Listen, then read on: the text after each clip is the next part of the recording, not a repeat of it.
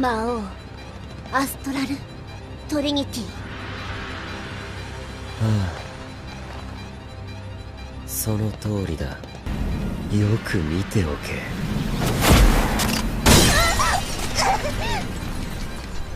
これが本当の支配というものだ。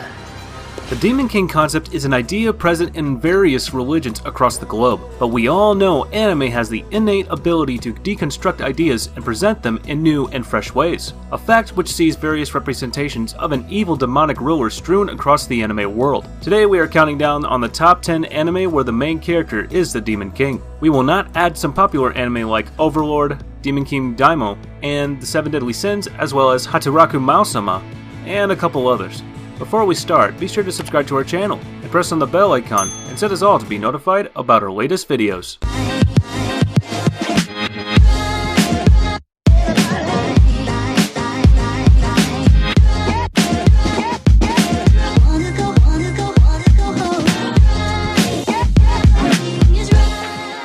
At number 10 we have King from Now On. Regular high school student Shibuya Yuri one day sees one of his classmates being bullied and intervenes. But as a result, Yuri unfortunately becomes the new target of the bully's harassment. The bully shoved Yuri's head into a toilet, but little did they know that the porty contained a portal to another world, one reminiscent of medieval Europe.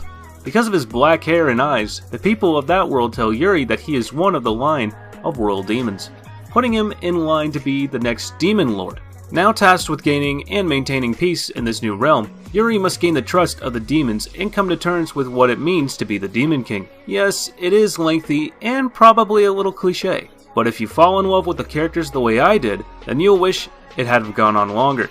I was sad to see it end, and it absolutely became one of my favorite animes. If you like lighthearted anime with darker undertones, that's full of great characters, and don't mind the touches of shonen-ai, or cross-dressing boys for that matter, then I wholeheartedly recommend this series to you. At number 9, we have Nura, Rise of the Yokai Clan. Nura Rikuo is a teenager who simply wants to live a normal life, but unfortunately for him, he is a quarter yokai, the blood running in his veins linking him fast to the demon world. And to make things worse, his grandfather Nura Rion is adamant that Rikuo will take over for him as leader of the Nura clan. For the most part, Rikuo is able to keep his supernatural life hidden from his friends, but with enemy yokai factions targeting both his yokai and human friends, Rikuo has to make the decision to accept his yokai side and eventually lead the Nura clan. What makes the story even more interesting is how the Nura yokai clan portrayed chivalry, similar to those you'd find in Yakuza movies, and how the series uses fear to gauge their strength. Look, it's up to you to decide whether you're gonna watch this or ditch it, but in my opinion, this anime is great. The jokes are in the right timing, and it has wonderful music, and the BGM is really mixed on the scenes. At number 8 we have Beelzebub. Beelzebub is a genuinely funny anime, and I mean the laugh out loud till your sides hurt sort of funny. You know you're in for a good time when we are introduced to the basic storyline in the first episode. A huge guy floating down the river spots a handsome and good-looking young man who cared nothing for his fellow humans. He proceeds to then bestow the green-haired demon baby Beelzebub onto our protagonist, Oga Tatsumi, in one of the strangest fashions imaginable, before taking with an impressive ballerina pirouette. Hijinks ensue when the baby's beautiful demon maid servant, Hildegard, comes looking for the toddler and finds him attached to Oga. Hildegard is not impressed but is intent on forcing Oga to fulfill his contract with baby Beel. Oga spends many episodes trying to pawn the baby off to someone more badass than himself while trying to keep his family, who comically misinterprets his situation, with varying degrees of success, and lots of comedy. Along for the ride are Furuichi, Oga's best friend, and the show's resident pervert, and a host of other delinquents from his infamous Ishiyami High. As you can probably tell, Beelzebub is a show that doesn't take itself too seriously. At number 7, Tears to Tiara. As the Holy Empire rises to power, the neighboring lands begin to gradually fall under its control. The Empire's conquest eventually reaches the small island of Aran, home to the Gale tribe. There, a priestess named Rhiannon is kidnapped to be offered as a living sacrifice to the Demon King Aron, a malevolent being rumored to have caused untold destruction in the past. Rhiannon's brother, First Warrior Arthur, rescues her when Aron suddenly materializes before them as a handsome gray-haired man, hiding his true identity and remaining enigmatic. Aron pledges his power and leadership to the tribe's cause and joins Arthur. Rhiannon and their merry band of friends, including a talented swordsman, an agile hunter, and a group of ecstatic pixies as they fight back against the Empire, while uncovering the dark secrets of the land along the way. When I first started to watch Tears of Tiara, it was really hard to keep watching because I thought it was a real slow burner. Yet, it turned out to be one of the best shows I've ever watched. At number 6, we have Roka, Braves of the Six Flowers.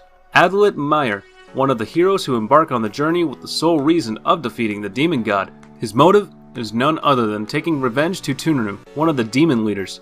After Tunru raided his village, all the people around him were either killed or had been taken away from him. Extremely angry as he was powerless to fight back, he became the disciple of Ataro, an old warrior specializing in killing demons. Adlet undergoes 8 years of training physically and mentally under him. After the training, he possesses various equipment along with his fast speed movement and cleverness, making him one of the unbeatable and the faster of heroes. Soon enough, Adlet will be accompanied by the other heroes to work together to defeat the demon god as well to be completed their sole purpose as a hero. To sum things up, Roka, Braves of the Six Flowers surprised me. I was surprised by the sudden change of adventure to mystery.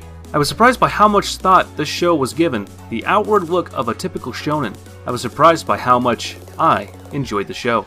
At number 5, we have How Not to Summon a Demon Lord. When it comes to the fantasy MMORPG cross-reverie, none can match the power of the Demon King Diablo. Possessing the game's rarest artifacts and an unrivaled player level, he overpowers all foolish enough to confront him. But despite his fearsome reputation, Diablo's true identity is Takuma Sakamoto, a shut-in gamer devoid of any social skills. Defeating hopeless challengers day by day, Takuma cares about nothing else but his virtual life. That is, until a summoning spell suddenly transports him to another world, where he has Diablo's appearance.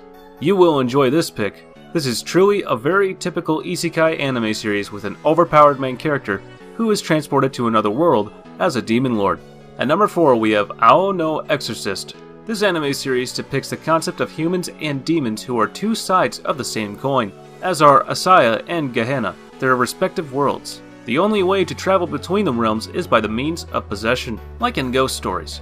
However, Satan, the ruler of Gehenna, cannot find a suitable host to possess and therefore remains imprisoned in his world. In a desperate attempt to conquer Asaya, he sends his son instead, intending for him to eventually grow into a vessel capable of possession by the Demon King. Ao no Exorcist follows Rin Okumura, who appears to be an ordinary, somewhat troublesome teenager. That is until one day, he is ambushed by demons. His world turns upside down when he discovers that he is in fact the very son of Satan, and that his demon father wishes for him to return so they can conquer Asaya together. Not wanting to join the king of Gehenna, Rin decides to begin training to become an exorcist, so that he can fight and defend Asaya alongside his brother Yukio. The story is just a masterpiece.